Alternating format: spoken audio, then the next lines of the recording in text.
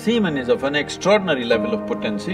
You are using it to spill it on the JNU bed sheets, okay?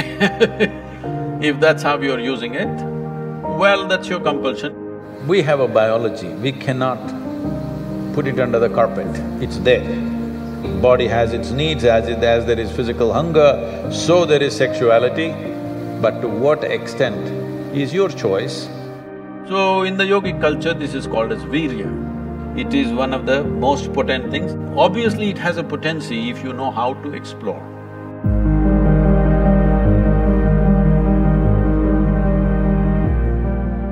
Namaskaram, Sadguru. I want to know that when a student steps into college, all of a sudden he or she gets access to a huge amount of pornographic material which so far was off limits for him or her. And in the process, he or she enjoys that, and as we said, he or she experiences heaven on earth. But, and we even have nicknames for those people who overdo it. They masturbate.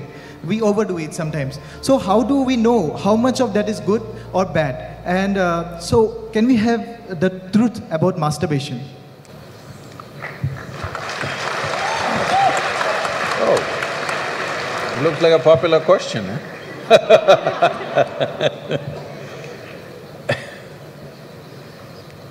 See, we have a biology, we cannot put it under the carpet, it's there. It's best we address it for what it is. But right now the problem in the world is, because certain religious institutions in the world took this attitude that the very biology of the human being is wrong, because of this, culture started hiding it under the carpet. Well, in this culture we never had it, but after the British came and left, we became more prudish than the British. But before that, if you look at our temples, all the outside temple art is all pornographic, if that's what you want to call it. But we don't call it pornographic, we are only talking about the various dimensions of human biology. Because we don't see it as wrong, but we see it as the periphery of life. If you stay there only, you will stay on the physical dimension forever, you will not explore anything else.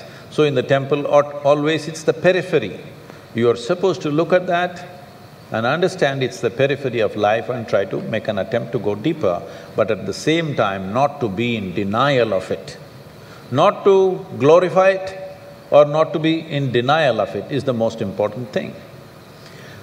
But in your college, watching these things on the whatever, your internet or whatever, people tell me that somebody told me, I don't know if these percentages are correct.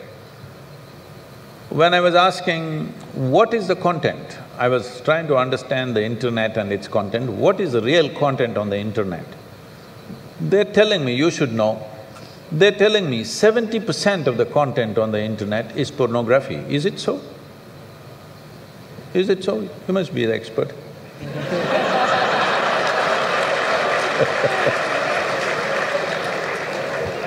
Is somebody doing PhD on it? They told me 70%. I said 70% is unreasonable and sick levels of pornography. If it occupies a small percentage, it's okay. 70% of a technological platform which could do millions of things, unfortunately is pornographic. Just biology of life is very unfortunate because once you come as a human being, your biology is not the front end of your life. It is one part of your life. This cerebral capability came so that your intelligence becomes the front end of your life, and if you become conscious, your consciousness becomes the front end of your life. Biology is the front end of a bull. It's okay for him, that's all he knows.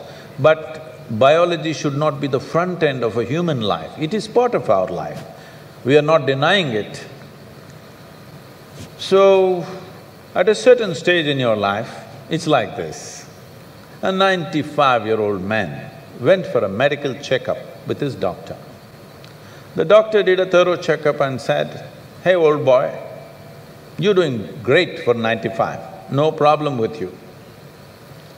Then the old man asked, "Doctor, but what about my sex life?" Then the doctor looked at him and asked, thinking about it or talking about it?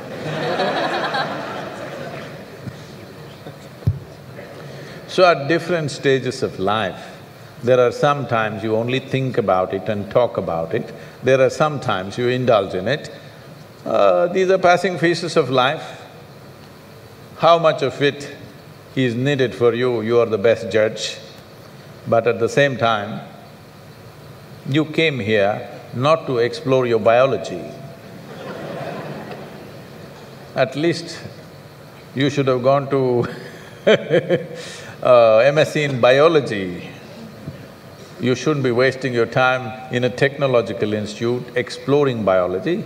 Does it mean to say you don't have biology, you don't have biological needs? You have, it's fine, but it must be on the periphery. It should not become the core of your life because it will reduce you in the sense. A creature which was purely biological evolved into a place which has an intelligence of its own beyond its biology.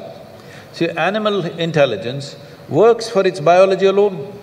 How to get its food, how to get its mate, this is all its entire life is. If human intelligence also functions like that, you are bellying the evolutionary process. You are seeing how to go back, take the evolutionary process backward, not necessary. This does not mean you do not have a body, body has its needs, as there is physical hunger, so there is sexuality. You have to address it in some way, but to what extent is your choice, but definitely it should not be the front end of your life because you're rolling back evolutionary scheme of putting your intelligence and consciousness in the front. Instead of that, you're putting your biology in the front.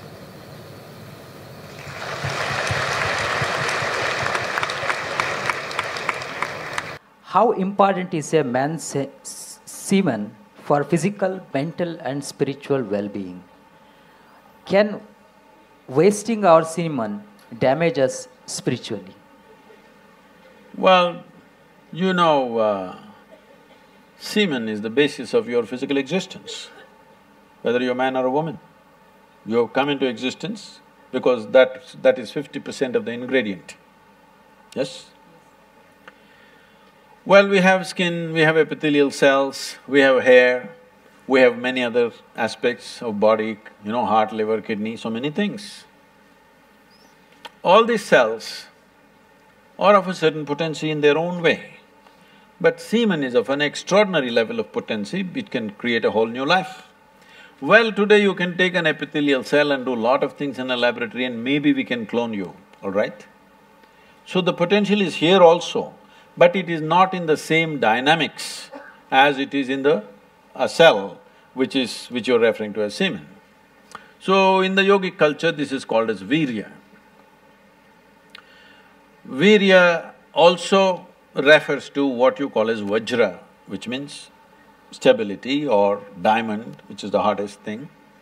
So in the human body, virya is considered to be like vajra. That means it is one of the most potent things if you know how to use it. Well, how to use it means you can use it to produce a child, that's one thing. Well, if you are… this question is coming because you are using it to spill it on the JNU bed sheets, okay? If that's how you're using it, well, that's your compulsion, you're doing whatever you're doing. This is not something to be judged morally, that's not the point, it's a question of what is the level of compulsion that one has. But anything in this body, can it be transformed into a different level of function? Absolutely. Not just semen, just everything in this body can be transformed. See, suppose I gave you all soup-making ingredients, same soup-making ingredients to every one of you. Do you believe all of you will produce the same soup? No. You will produce 500 varieties of soups, those same ingredients. That's all that's happened with us right now. All of us are fundamentally same ingredients, but see how different each one of us are.